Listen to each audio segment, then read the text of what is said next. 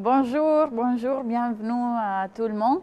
Merci pour être ici aujourd'hui pour cette nouvelle séance de AxelTech On Air.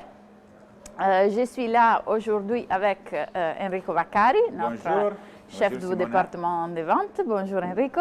Et merci comme toujours à Gianluca Righi, notre directeur, et le réalisateur de cette séance, et à Stefano Grego qui organise normalement ces rendez-vous. Donc, si vous avez des questions, si vous voulez participer activement à cette live, vous pouvez nous écrire en appuyant sur la petite cloche ici à nous. Et si vous nous suivez depuis Facebook, vous pouvez nous écrire dans le live chat. Alors, Enrico, aujourd'hui, on va faire une séance très vite, en fait, et aussi très technique, on peut dire, parce qu'on va démontrer et expliquer comment on va faire enfin la mise à jour de notre console Oxygen 3000 avec la nouvelle release de ce qu'on a vu en fait il y a quelques mois. On a déjà présenté cette nouveauté, donc c'est le remote controller de la console.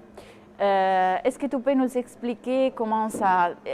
en effet, c'est quelque chose de très simple, vous allez voir.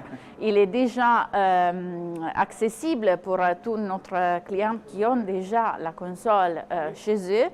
Et bien sûr, il va être inclus dans tous les nouveaux achats de consoles. Oui. On va montrer l'installation de logiciel de contrôle remote. Oui. C'est gratuit. Oui, oui, bien sûr. OK. Et, cette démonstration, c'est très opérative. Alors, la première chose, c'est de faire la mise à jour de la console à la dernière version. OK, bien sûr, la console doit être connectée à une ligne Internet. Je vais montrer sur les panneaux de la console. Et avec les menus principaux, on va choisir, ici on a la réplique du moniteur sur l'écran HDMI, sur la sortie. On va dans les services et on peut télécharger dans la section logiciel, on peut télécharger la dernière version. On a déjà installé cette version sur la console ici. Et la dernière version, c'est la 5.3.0.15. OK. Alors, une fois qu'on a fait la mise à jour de la console, du système, on va utiliser l'ordinateur, un PC.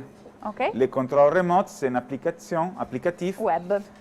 Non, pas web, c'est une application pour Windows. Mais on a déjà inclus aussi la part de configuration web.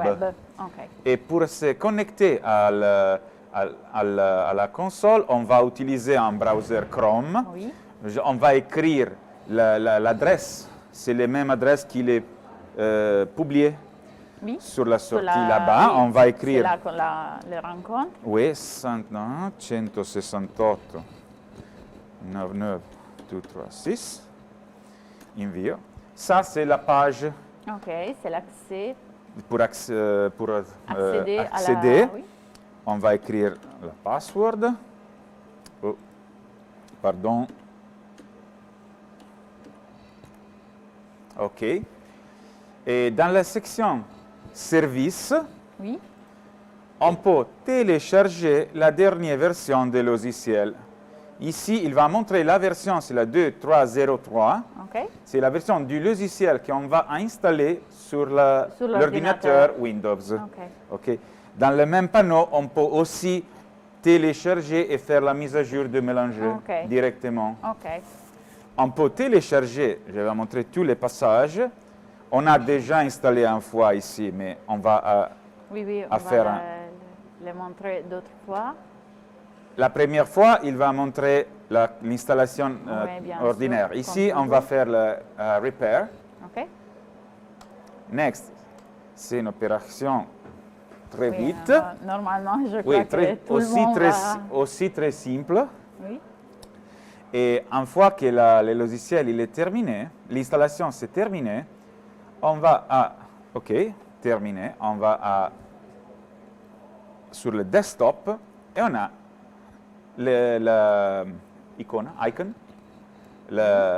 pour lancer les logiciels. Okay. Double-clic et ça c'est les logiciels de contrôle à distance de mélanger. Okay. Ici, on va écrire les mêmes adresses, oui. connect et le logiciel. Il marche. Et on peut voir, je vais faire changer les faders, les niveaux et tout ça. On peut travailler sur le logiciel comme si on est physiquement sur la console. On va, par exemple, on a la sortie audio. Ici, on peut couper les PGM ou récupérer les PGM et on a la sortie à l'antenne. On a la même chose, on peut changer les niveaux ici. Ok, bien sûr. Regardez, on l'a enlevé. Comme on avait déjà expliqué, bien sûr, on ne peut pas bouger les faders. Aussi, mais on a la lumière qui nous signale qu'on est en train de travailler sur cette... oui, et que les niveaux qu'on a réglés sur le logiciel, il n'est pas les mêmes montrés par les faders. Oui, bien sûr. Mais une fois qu'on va à utiliser la même position, on peut aligner les deux, le logiciel et la console. Toute la fonctionnalité, c'est exactement la même qu'on a ici. Ça, c'est très intéressant pour travailler à distance, pour quand on a des directs à l'extérieur et on n'a pas des techniciens dans les studios et pour plusieurs autres fonctionnalités, applications. Je crois que pendant les dernières années, malheureusement, on a entendu très bien la puissance de cette... Si on a aussi un contrôle automatique que la version du logiciel téléchargée sur la machine Windows, sur le PC, c'est aligné, c'est la même qu'il marche avec les versions de firmware sur la console. Notre développeur, on va développer continuellement toujours de nouvelles fonctionnalités. Et si on a une version nouvelle disponible, c'est le logiciel qu'il va, qui va s'entendre et montrer. Demander pour gérer la version de logiciel qu'il marche avec le même firmware. Oui, c'est clair. C'est très simple, vraiment.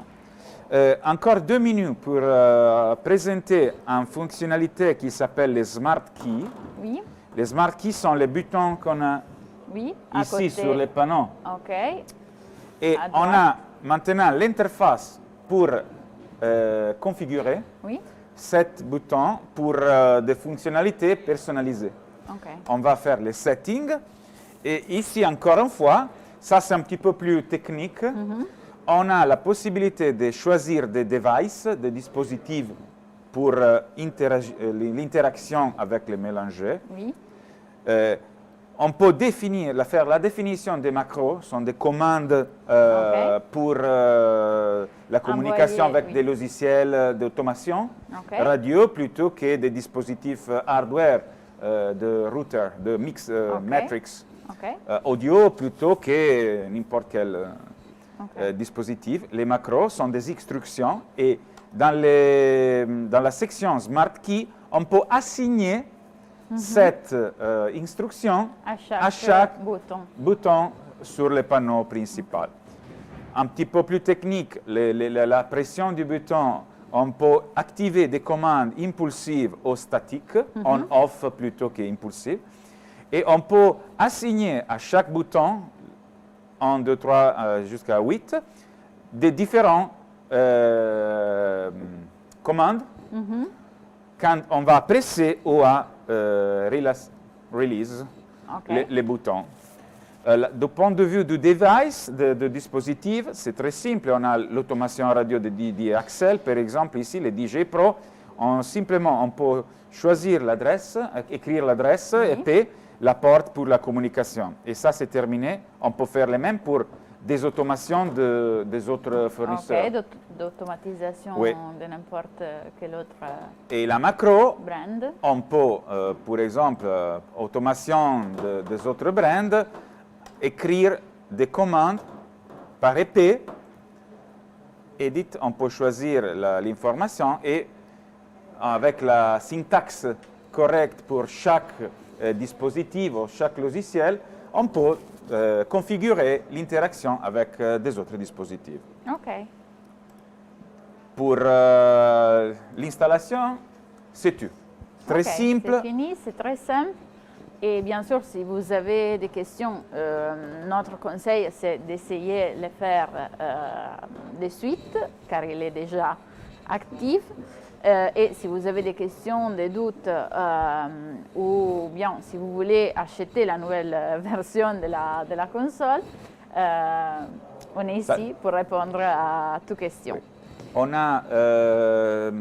On est à faire la mise à jour de la documentation technique oui, de manuel. Sûr. On est en train de réécrire de faire la mise à jour, oui, pour cette partie.